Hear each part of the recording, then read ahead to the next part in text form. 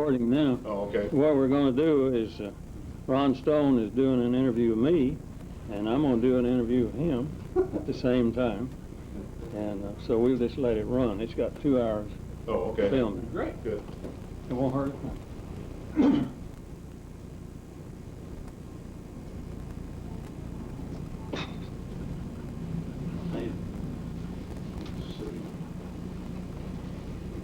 Yes, move this out of the way first. Okay, yeah, put that down. And in just a second, someone will put that microphone on you, and we'll be ready to go. Be ready to go. Hope I don't give you my cold. I'm sorry about that. I just sure got one.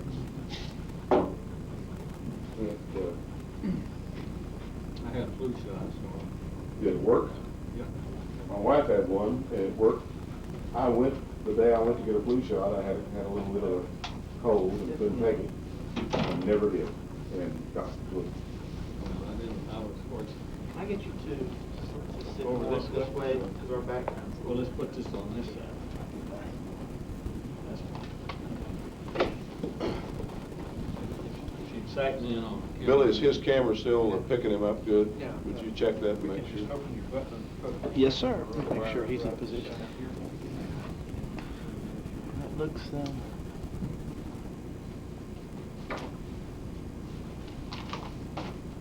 You guys got the real stuff. And that camera. Sometimes it even works. Kind of a miracle. well, today it has. Well, what I have is miraculous. I've carried it all the way from Alaska to Russia. Really? That's it. Do you want both you and Ron in the shot? Swing over to him and get him and then put it back on Then me. put it back on, yeah. And just Okay. ignore it, just let it run.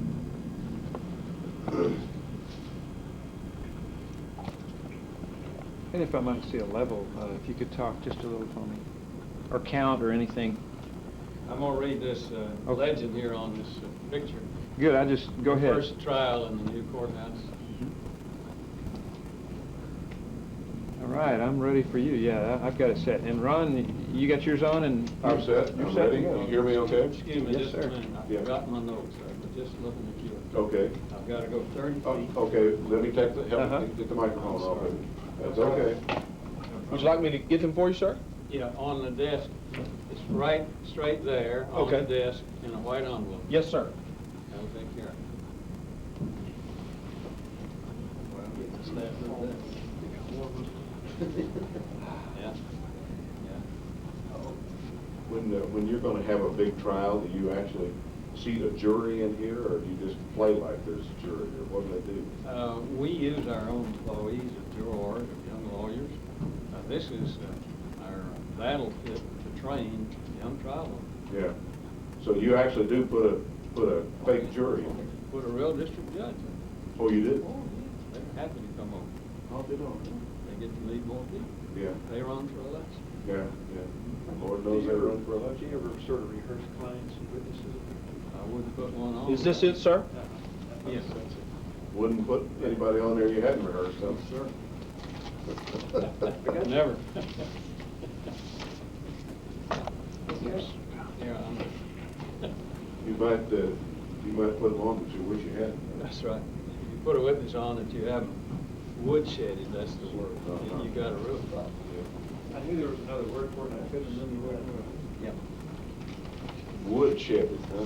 yeah, that's the word. We'll talk, and I'll ask you questions. And you take as much time to answer as you want to. If I ask you something you don't know about or don't want to talk about, feel free to say so. And if you have something that you want to add that I have missed, do it. Because this is going to be an archival thing for the history of the firm. And 100 years from now, young lawyers are going to pick it up, look at this, and And they'll wonder what happened. that's it.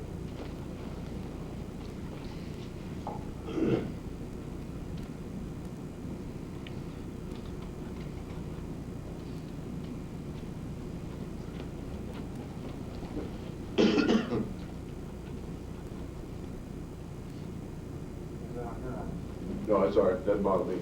It's okay. That looks good. Up there, Jim. A little different. Okay. Stand by. This is an interview with J. Wiley Caldwell. It is the 22nd of February, 1994. First of all, I have to ask you, when did you decide to call yourself J. Wiley Caldwell as opposed to J.W. or whatever the J stands for? I was named for my maternal and paternal grandfather. And my maternal grandfather was named Wiley. And that's the reason my mother called me Wiley. And except for 4 years of service in the United States Army, I've always been called Wiley. She did. It was her idea. Yeah. And to become a proper lawyer, you just put the J in front. I had to put the J in front. I think somebody here, our business manager at the time, decided Wiley was not sufficient, so they added it, which stands for James. When did you come to this firm? September 1, 1952. And where had you been prior to that? I had been an assistant city attorney, and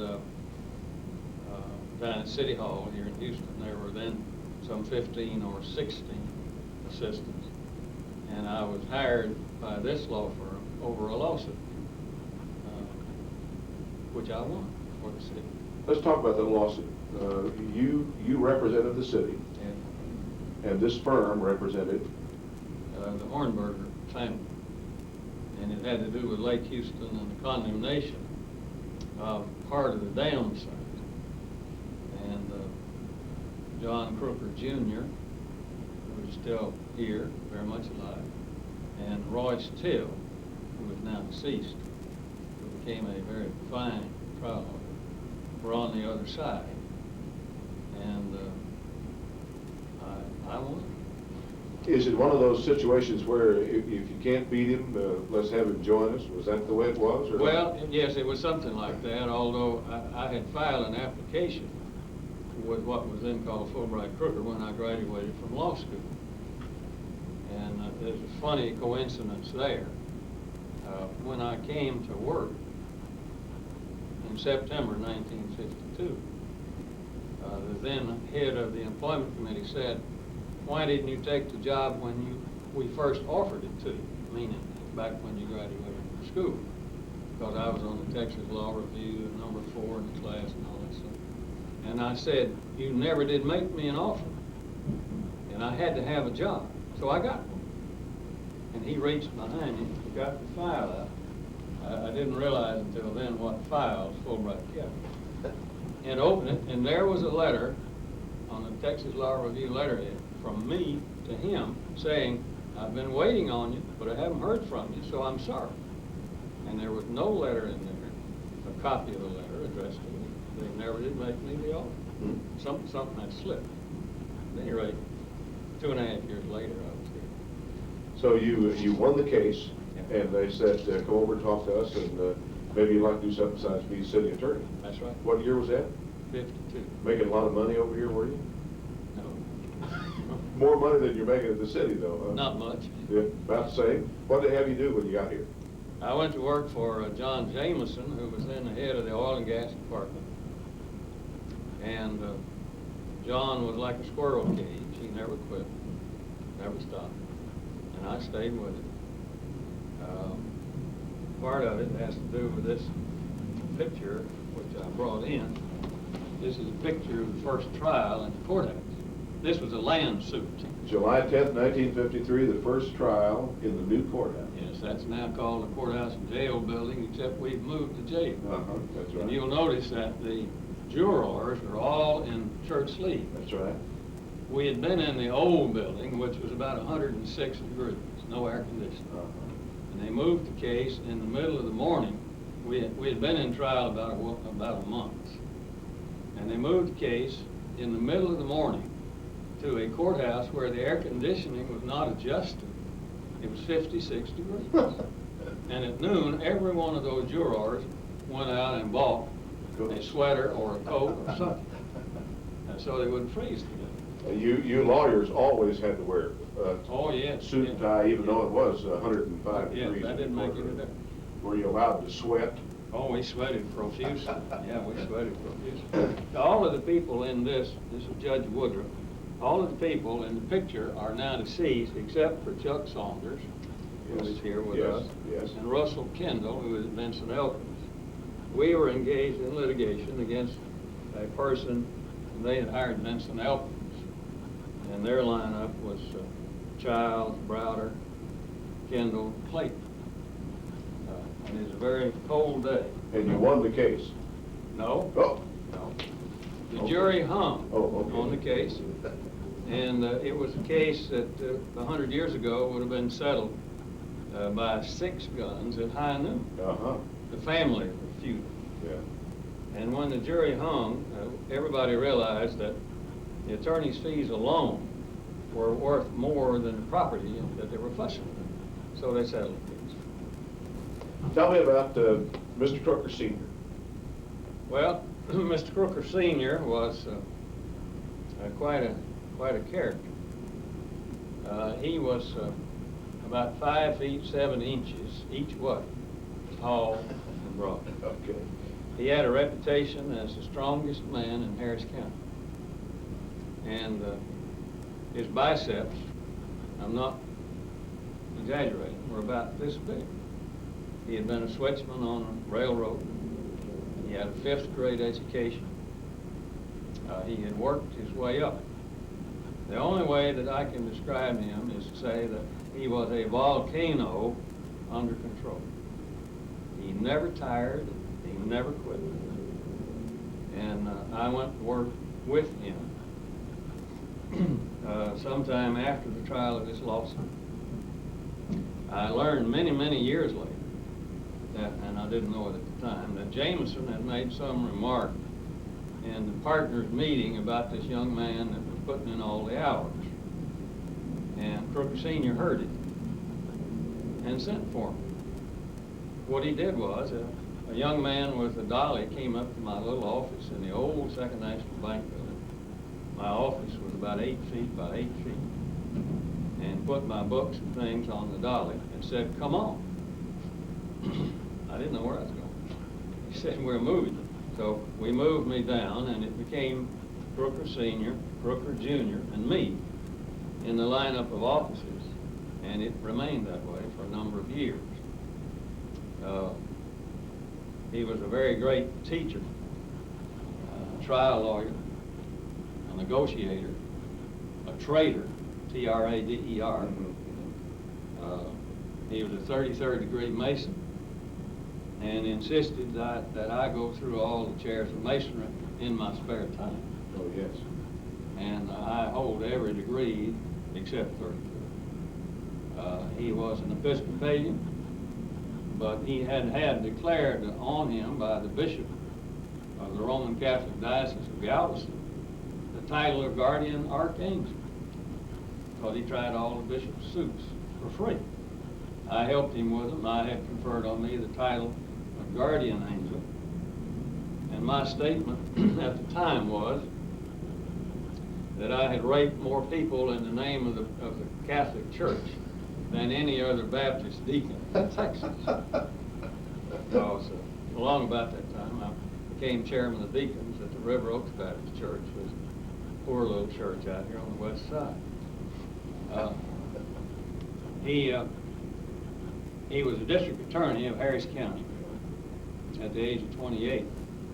And he told me many stories about the 5th Ward in Houston, including the fee system days, which a lot of our partners don't want to, or don't know about, but some don't want to admit. The fee system, when he was district attorney, paid $42 for a felony conviction, but only $11 for a misdemeanor conviction. And so he hired the best lawyers that he could find. Instead of indicting a man once, he'd indict him 10 times. And convict him of the felony, that's $420. At the end of 3 years, he had amassed $78,000. And Harris County sued him to get it back. Yes. It's called Harris County versus Crooker. And in later years, in litigation, he required me to cite that case in a Supreme Court brief, even though it was a known secret. It didn't follow. He just wanted it, so we put it in. And that money is the foundation of what we now know as Fulbright and George. Nobody else had any money. It was all his money. So he put up the capital, and everybody got money. Another thing had to do with my working hours.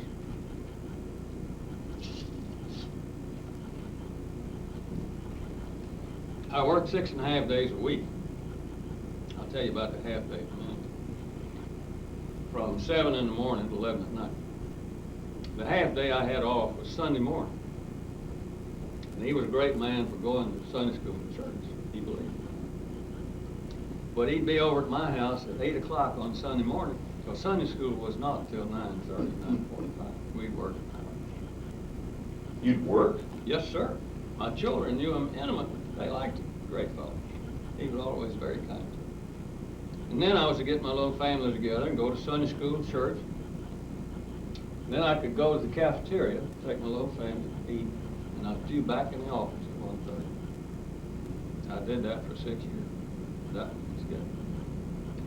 I thought sometimes I'd never live through it, but What did Mrs. Caldwell and the family think about this? very little. That's a tough way to go. Yeah, I did. Why did you do that? Because I was hungry. I'm just, a kid from the side of a hill in Arkansas. And that was the way up. Mr. Freeman and Mr. Crooker both must have been workaholics. They were. And they expected everybody here to be the same. Exactly, exactly. That was his schedule. He expected me to keep it, and I did. You said you learned a lot from him. He taught me more than anybody else, other than my own mother and father. He made an effort to teach. It was a hard school, but he was what's called a son of a bitch lawyer. Yeah? And he pleased himself with that title. What does that mean? He defined that as being anybody who sits down across the table is bound to be a son of a bitch just because he sat down over there. Otherwise, he'd be sitting on our side. Okay. That was his theory, and that's the way it went. Is that the theory of this law firm now?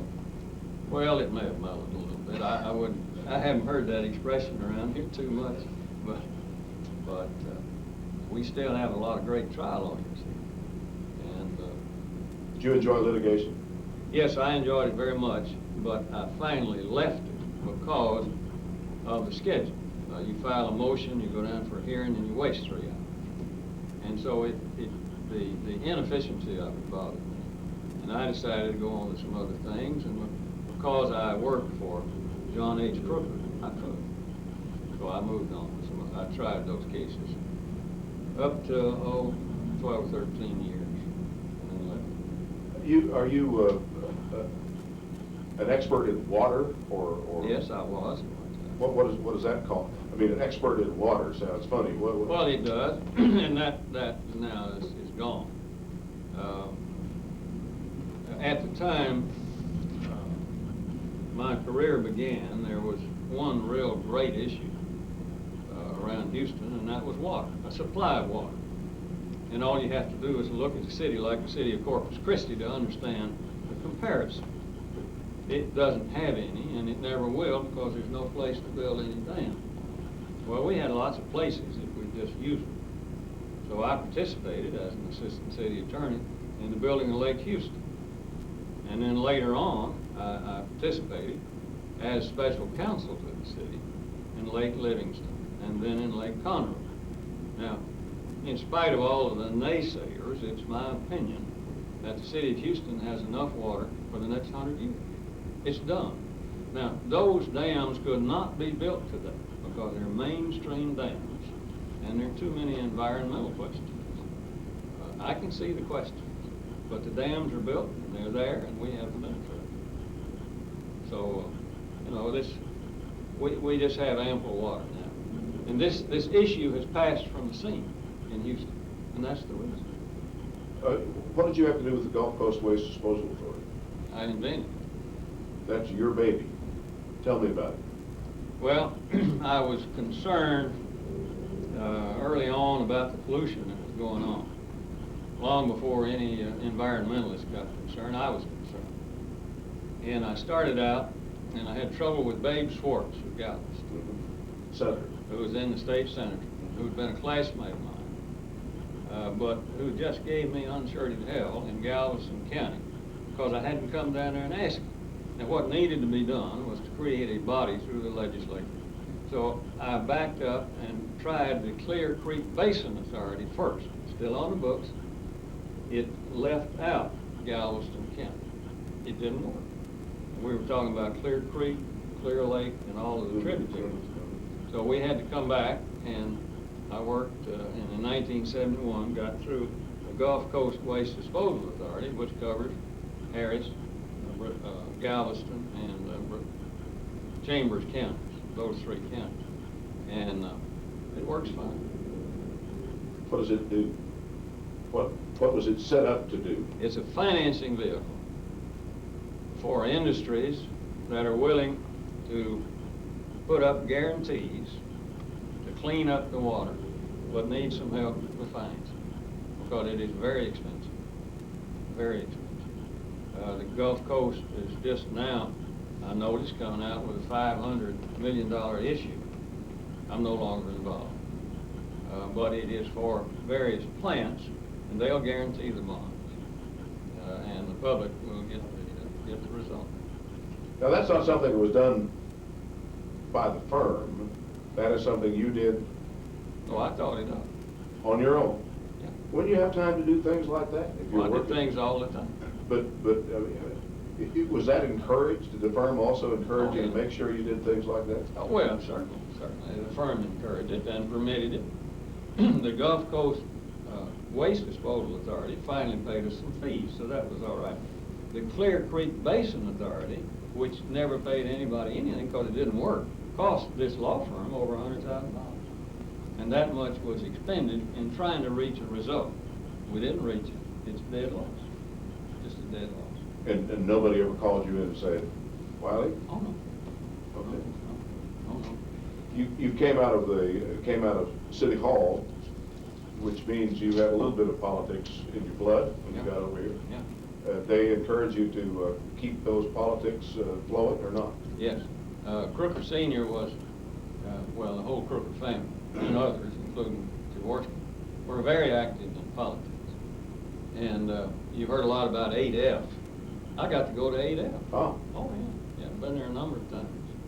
8F was a room, a suite, that belonged to George Brown, that he kept all the time at the Lamar Hotel, which is now Perkins.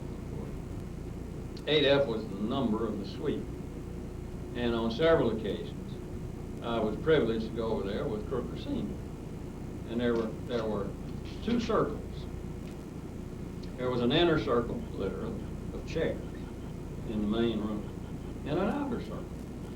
The 8F participants sat in the inner circle. Right behind them sat the guy that carried the suitcase, in which case this was me. George Brown was there, Herman Brown was there, Gus Wortham was there, Judge Elkins was there. Always had the chairman of Humble, or later Exxon. They had a representative from Tipro, Texas Independent Producer. Yeah, producer, yeah. And I always had a representative from Anderson Clayton, because they were heavy players and would commit. They had people there who had the ability to raise money quickly. And these men in the inner circle made decisions and raised the money. I've seen them raise as much as $250,000 in 15 minutes. And then the decision is made. They just sit here and said, how much do you give, Yeah, how much do you right. give? They went around the circle. Yeah, okay. And they had to have the guys there that could commit. A lieutenant couldn't do it. It had to be the captain of the ship. And you guys on the outer circle never said a word, you just sat and listened? No, I didn't say anything. I carried the suitcase in, and when Mr. Crooker got ready to leave, I carried it back up. And that's 8F. You didn't mention Jesse Jones' name in that bunch. By the time I got to go to 8F, he was deceased. Okay. It's my recollection he died about 1956. Okay, all right, okay. Did that group really run the if not the town, politics in the state? Yes. Close. They ran Houston. Later, by reason of all of this, I participated in politics statewide. I was one of the LBJ's boys. Just down in the village, you know, digging the weeds out of the vines. I was not in any opposition. But I saw a pattern about money in Texas. 60% of all the money, then as now, came out of Houston.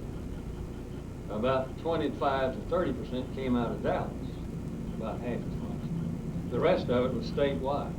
Not a drop ever came out of San Antonio. Nothing. It was dead useless. We didn't ever fool it. But when television began to require such enormous amounts of money, then it became very important to know where the money was. And there's a lot of money in Victoria, there's a lot of money in Corpus Christi, if you know where it is. Can in 1994, a room full of men still run this state? I don't think so. Why not? Well, first, campaign finance laws have changed. That's true. We dealt in cash. There are many times that I walked down the street in Houston with $10,000 cash in my pocket on the way to the Rice Hotel to deliver some campaign contribution. Perfectly legal. But nowadays, you have to write checks, and our campaign laws are recording acts. You have to make a record of everything you do. And when you display it out in the open, then it becomes a little bit more difficult. You also have to put down all your expenditures. And, you know, this facade that we go through, there's a lot of money filtered down between the knees. But you don't admit those things now. When I read about and hear about the ADF people, I conjure up this vision of the Godfather. Was it that way? Was somebody really sitting there telling everybody what to do, or were they looking for unanimity among themselves? They were the leaders, and they were looking for what was best for Houston. They weren't doing it for themselves? No. You're convinced that they weren't doing it for themselves? Right. Okay. They were trying to get the best leadership for Houston. Yeah. And it's your feeling that they did that? Yes, yes. Now they hub the stump every once in a while. Yeah. But we all do that, don't we? Oh, yeah. Let me go down to the medical center. When you came to the firm, medical center was in the stages of being what it is today. Did you have any? Did you spend any time working with the Anderson Clayton people, or with the Anderson people? Well, I worked some with Colonel Bates in connection with Herman Hospital and some of the other places out there, but my real entry came about 1967. Colonel Jaworski, we called him Colonel if we wanted to get along with him, called me in and he said, Wiley, he said, I've been out at Baylor Med for 20 years getting along with Mike. That meant Mike the Baker. Yes. And he said, I've gotten a little tired of it and I want you to go out there and take care of it. Okay. I went out there and I went to the chief financial officer's office and asked him a bunch of questions, and I looked at the books a little bit. And a few days later I came back downtown and I said, Colonel, did you know Baylor Med is broke?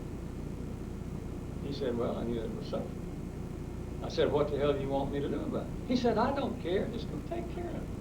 Well, you know, I left. And I had to figure out a way to finance it because it's a non-profit. If it had been for-profit, it would have been in bankruptcy. And one night, a young man named Tom Leonard, who was then one of our associates, who's now graduated and got a law firm in Austin, and I were sitting sculling the problem, how to finance Baylor Med.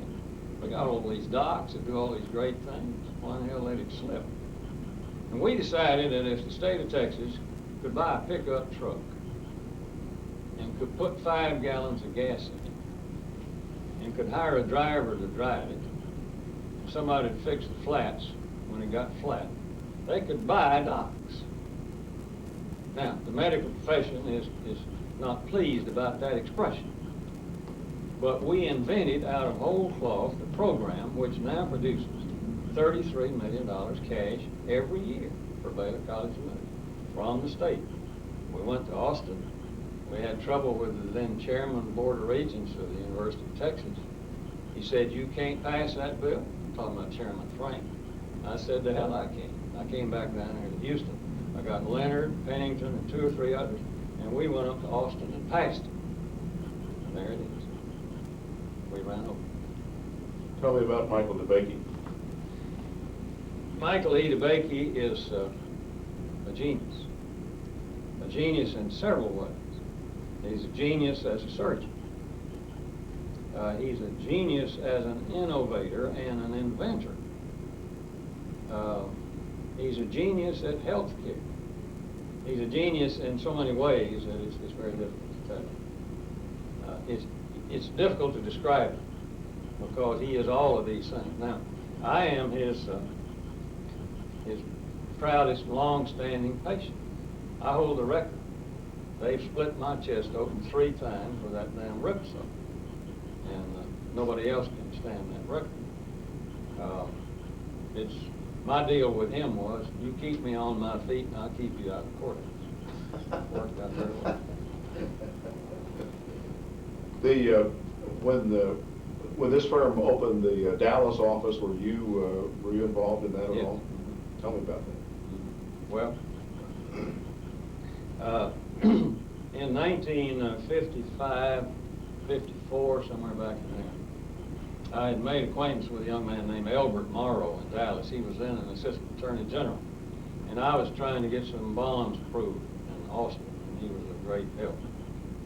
And I closed a number of bond deals, but I was not able to write the opinion as market attorney. Now, this is a phrase of art. And I was appalled at the amount of money these guys pulled off the top of the deal. Here, I'd worked, set it up and all, and they just walked into the closing, signed their name, and he got as much as I did. So I decided to get in the bond business as well as him. So in later years, about 10 years later, we finally got around to where we were able to be market attorneys in this firm. And Elbert moved on to Dallas and became a partner in Dumas, Huguenot, Bushman, and Morrow, which was a nationally accepted firm. In order to strengthen our bond practice, we were looking around, and it looked like a good fit, so we sat down and negotiated a while, and we, in effect, bought that firm and merged them in, brought their practice in, and it's worked out very well. That's 12, 13 years ago now. I forgot exactly when it was. But we now have, we are first in Texas in the number of transactions and second nationally in the number of transactions, bond transactions. So that's worked out very well. And the Dallas office, the center of it was the bond practice. Of course, it's now spread to many other feet. But my friendship with Elbert is, for me, enabled us to sit down and discuss it instead of fighting. That's our tape. End of tape. You need to change tape. You're doing good. You need more water? I got it. Okay. Bless my voice cracks. I'll get some more. No, he's, I got cold. You don't want to drink much. Get him some more water. We got time. Yeah. give me some ice. Yes, sir. Ice rather than water. Okay. DeBakey is one of the most interesting people I've ever met. First time I ever was sent out to interview him, years ago, I was scared to death of him. And I was sent out by the old Voice of America to do a radio interview with him about something he was doing. And I made the appointment, and I showed up an hour early, and I waited an extra hour, and I finally got in to see him. And he was, like you. And I said, Thank you very much. Doctor, I've been sent here by the Voice of America to do this interview. I don't have any earthly idea what I'm supposed to ask you or what to talk about.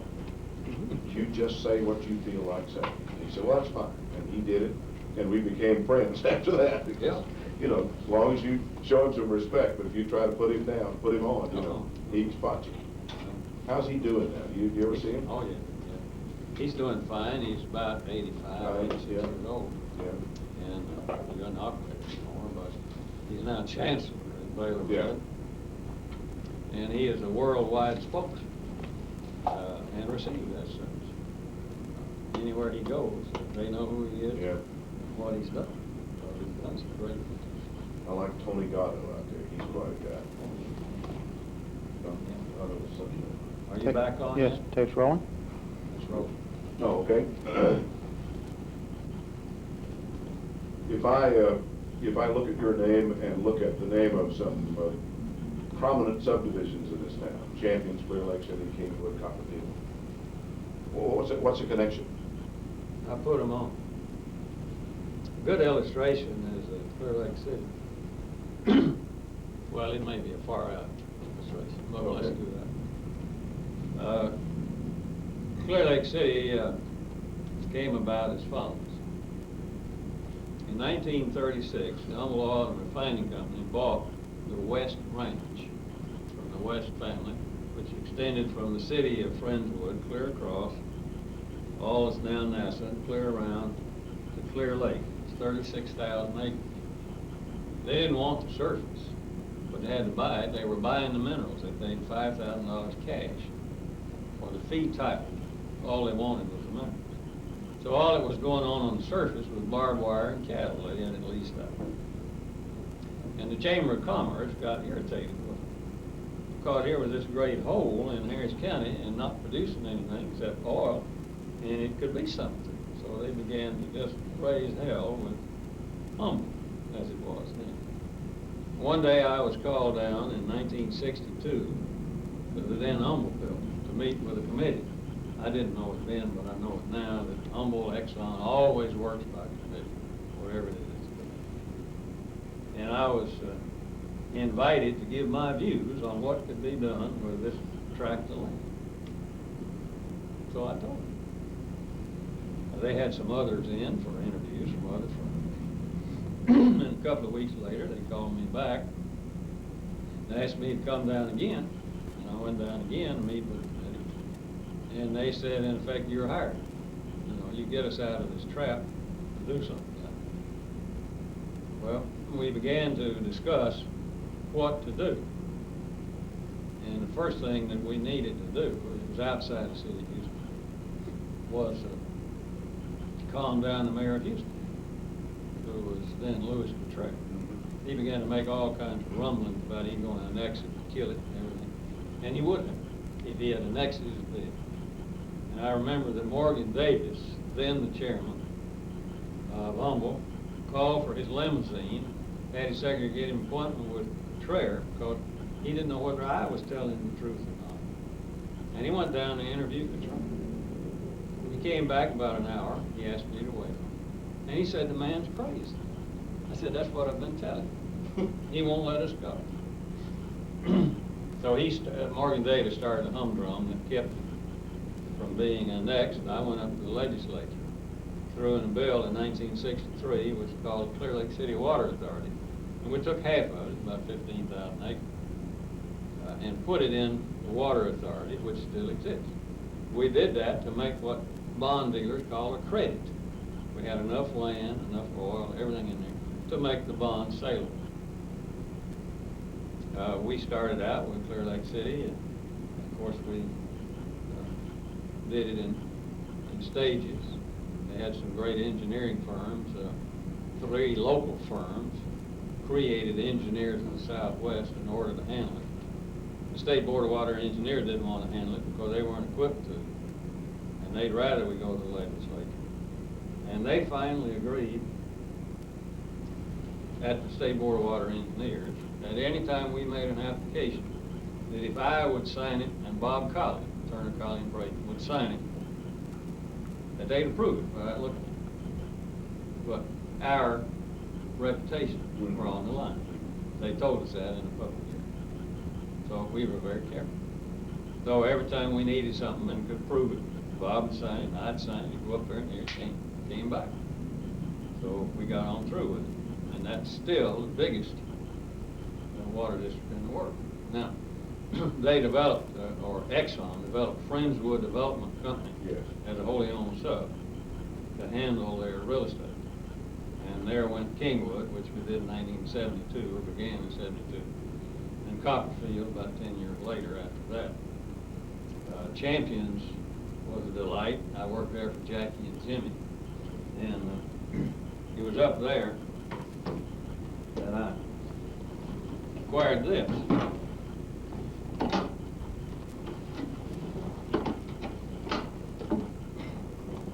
Oh my. This is a water sphere by U.S. Steel that they used in their promotional talks.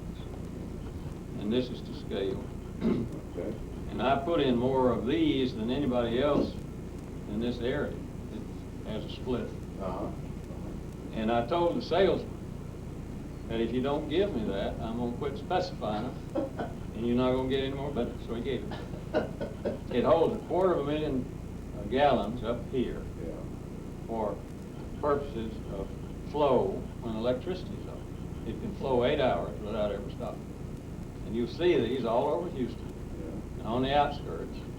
And I put in about 90% of them. And there it is. The Clear Lake is a phenomenal thing.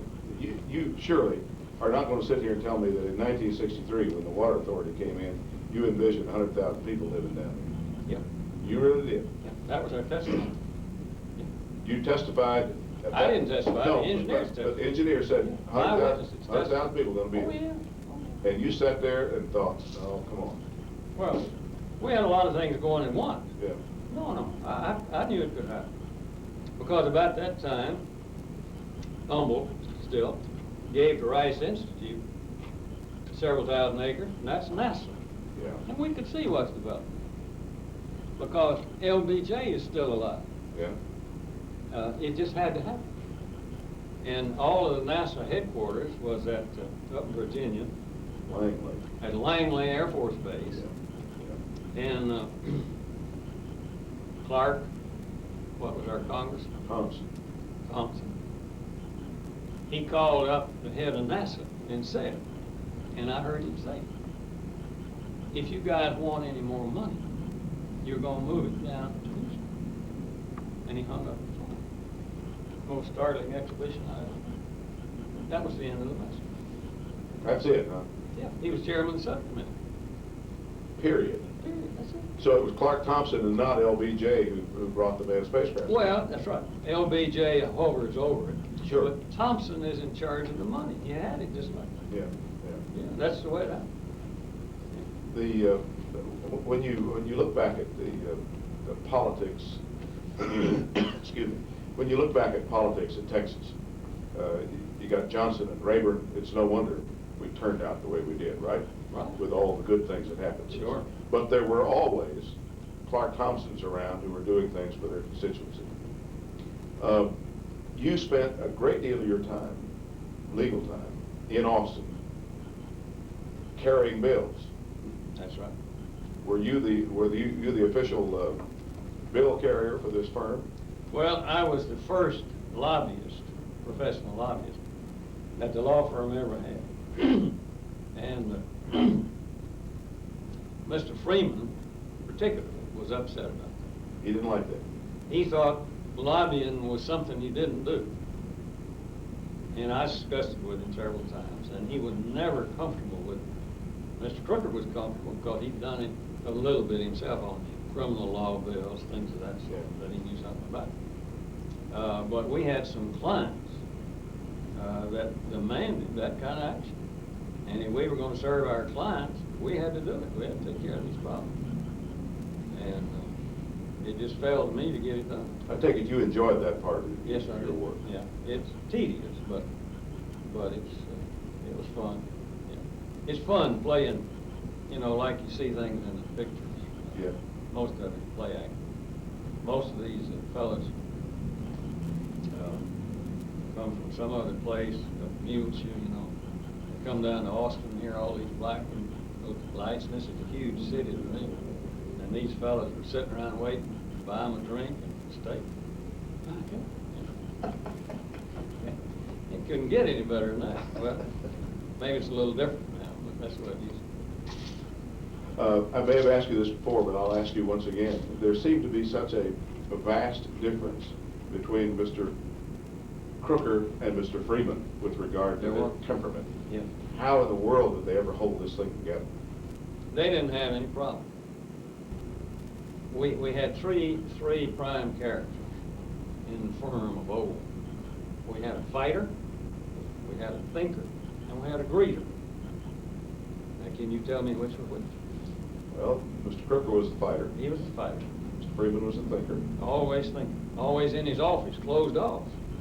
Who was the greeter? Colonel Bates. Bates, okay. Colonel Bates did not spend an evening at home for more than 40 years. He was out shaking hands, kissing babies, doing what people do. Now, it takes all three to get such an organization as this up and going. And all of them worked at it. They all got along. Where's the glue now? I don't know the answer to that. Is the firm too big now? No.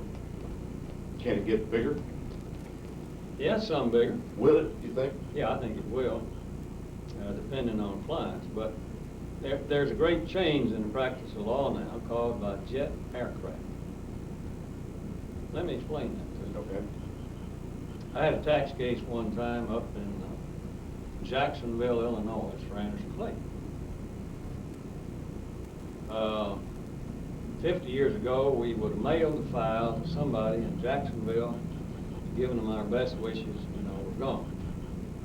Jets had just come into being, and this was really the first time I had to go somewhere to try something, except Anywag, Yeah. Chambers County. And I flew into St. Louis, hired a car, and drove up to Jacksonville, which is almost straight north, and was up there on and off, not very long at the time, but the case went on maybe 2 years. And I was up there a number of different times. Jet aircraft have changed the practice of the law because the lawyers now go anywhere that a jet aircraft can go. And if you can't go, we won't go. But it's changed. It's also changed the way practice of law in Texas. We had a case in Abilene, we used to have to drive. Yeah. We didn't take cases in Lubbock, it was too far. Well, how far is it now with Herbert Kelleher? Yeah. You see, I opposed Kelleher on his permit at the Texas Aeronautics Board for Air South Lake. You were representing Continental. Continental. Yeah. I understand Herbert, I understand what he's doing, and he's shown people how to run an airline. But he's changed the whole practice of law in Texas. You can get around quickly. And then, of course, there's the computer. If Oh, yeah. if you'd have had a computer when you were a young man, nothing could stop you, huh? No. Well, nothing stopped me anyway. Well, I thought it didn't mean to suggest it did. Well, when I first got to this law firm, Fulbright, Freeman and Bates, my dictaphone was the old wax cylinder style, and the only electricity that went in it was to make it turn. Everything else was just voice audible. And the cylinders had to be shaved between each use. It was awful. But that's all that was available. And the files were little cards. And Yeah, all kinds of things. And Xerox didn't exist. We had a wet process. Everything got wet in the autostep. God, that was awful. Terrible.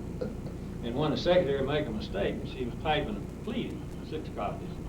She had a little metal thing that she put on the roll on the typewriter. And it'd have to erase all 6 and go like that. We don't do that anymore. no. And it's so much quicker, so much better, so much easier. Yeah, much better. Are the lawyers as good today as they were back then? Yeah, I don't see any difference in that. They're all right. I think war had a difference in my case. And we get young men now that haven't been to war. So Made a difference how? well, I was older. I'd been away 4 years. I'd been shot at, been hurt, and I was ready to get going. 90% of my class in law school at the University of Texas were veterans, 90%. And it was very serious. The curve system grading was awful, very serious. Now, we don't see those now. These kids haven't been to war. They think everything is real nice. Well, it is. You're paying them $60,000 to Right. start, that's pretty Yeah, nice. you I know. started at $250 per month. I got that every month. Yeah. Whether you needed it or not. Yeah, you did. And my wife worked for American General for several years before we started the family. And she had to. Yeah. We covered everything or not? Did we leave anything out? Well, we left out the tunnel system All right, let's talk about the tunnel system. and, What the people who live in Houston now take the tunnel system for granted. They just assume somebody dug a hole and connected one building after another. It wasn't that simple, was it? no, it wasn't. This all started one day when Colonel Bates called me in. And we were still in the Second National Bank. But the Bank of the Southwest at 910 Travis was under construction. And said, Gardner Simons was looking out his window there in his elevator shaft across the street, Main Street, Tennessee Gas Transmission Company. And he's got this parking garage over here at 1010 Travis. But when it's raining, he walks across the street, he gets wet. And he wants us to do something so he can get under cover and get over to his garage. Well, I went down to City Hall and talked to Will Sears, who was the city attorney. And we talked about it a while, and everybody, all the big buildings in Houston then had what's called sidewalk basements. They owned to the center of the street, but the city would permit them to use out the curb and take it into the building if they'd pay $0.25 cent a cubic foot per year. And after that, I looked up those ordinances. And then I had worked for Mayor Hall. I asked him for an appointment. Went in to see him and told him what we were trying to do. That property owners own to the center of the street of these two buildings. We wanted to put a tunnel down and then over the same thing over here to the parking garage. And would he please let us do that? You have to pass an ordinance, and I said, right. And he thought about that a minute, and he said, how much do you pay for the sidewalk basement? I said, $0.25 cent. He said, okay, you can have it for 1 cent. Charge 4 times. 1 cent per cubic foot per year. You draw the ordinances, bring them back down. So I went back to the office, talked to Colonel Bates, said that's fine. I drew the ordinances, which were granting to this owner the right to have a tunnel, this owner the right to have a tunnel. The fact that they joined, none of the city does. And went back down to City Hall, took the ordinance and passed. That's it. And now there are tunnels all over this place. Everywhere. Everywhere. And people just think they just got it. Well, they didn't. Okay. I think we did we? We did everything but Memorial Village's water authority. Okay, all right. Well, let's go to 1961 then, talk about. Yeah, that's the villages. 1961. The Memorial Villages consists of Hunter Creek, Piney Point, Hedwig, and then there's some others out there. But when I got out there in 59 or 60, they had no sewer system. Sewage was floating in the ditches, the borrow ditches along the street. It was fixed to be the biggest slum in Houston rather than the best. And so a bunch of the, well, it was the city council of Hunter Creek, Piney Point, and Hedwig hired me to figure out what to do. So nobody had ever done it before, but I laid, by legislative act, a water district, that's all it is. We call it an authority, something. A water district over the exact limits of Hunter's Creek, Piney Point, and Hedwig. Then we had a big bond election. Had a huge turnout. And then some unhappy property owners sued to stop it. And so the case went all the way to the Supreme Court of Texas. But that only validated what we had done. I tried it all the way up. And so now we have the Memorial Village Water Authority with the toughest board I've ever met. There are 2 on it from each city. And it's still running since 1961. The tax rate goes down instead of up. They've got good water and sewer service because this authority put in both of them, and drainage too. And everything is just working fine. It's the smoothest clockwork I ever saw. But in 1961, that was kind of out in the country, wasn't it? Yes, it was. It was, and it was going to get worse with the sewage and the ditches. Yeah. That just, that was a health hazard. It was a mess. But now it's all right. It's some of the highest priced land in this. I guess I ask you if politics could still operate the way it used to operate it. Question is, can big law firms still operate the way they used to? Can you just get together and say, let's do it, and for the good of mankind, and go do it? Well, the problem with that kind of thing now is computers, because computers are also pretty strict disciplinarians. The computer catches your time every day. If you don't put it down, it catches that too. So there's not much room for freedom. So to do now what was done then would be very difficult. Of course, you remember, I had the blessing of Crooker and Freeman and Jaworski debates in one case. So all of that is very helpful. So I guess that would, I guess if those guys approved it, it would work the same way. Okay, gentlemen. Okay. Swing that one around and on Ron. Yeah. I really did ask him those questions, and we didn't rehearse this at all, I want you to know. No, this is unrehearsed. Unrehearsed, And totally. that's Ron Stone, late of Channel 2. Late of Channel 2. Who was in my living room for 30 years. Okay. I couldn't figure out what you're gonna pull out of that box. We may need to, you need to get some other pictures of that, We do. photograph. Close-ups? Yeah. Before you get up, I want you to. Well, he asked me a bunch of questions. I had outlined some of the significant events in the law firm, and he was going down an outline that I had given him. We started with John H. Crooker in my 6 years with him. And we had a good time. I'm now doing an oral history for my grandchildren, and this is my former office where Mr. Oliver Pennington now seated. Well, it's a shame you didn't do it while you had your own furniture. Yeah. Yeah, well, sometimes you don't think of these things. Yeah, I know. In fact, a lot of the memorabilia I had is gone, see? Well, you gave it all away. Yeah, it's gone. Yeah, including a Fulbright and Jaworski 525 there. Yeah. I'll leave it. Could you come in there?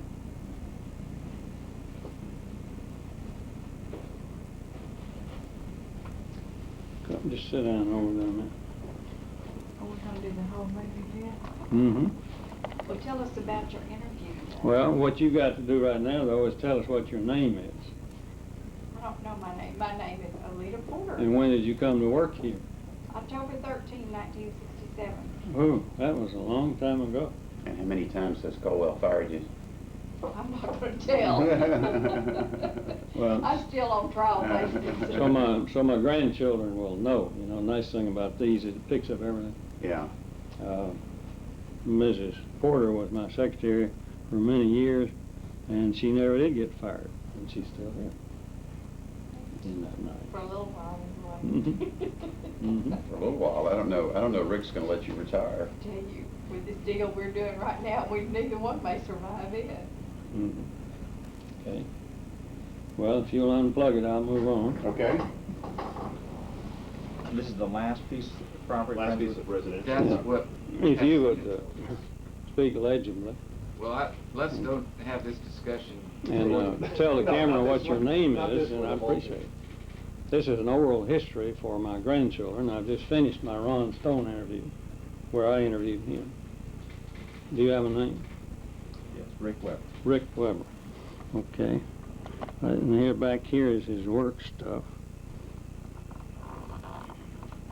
And, Partners in crime and mm-hmm. the rest of the office. What is your name? I'm Richard Huff.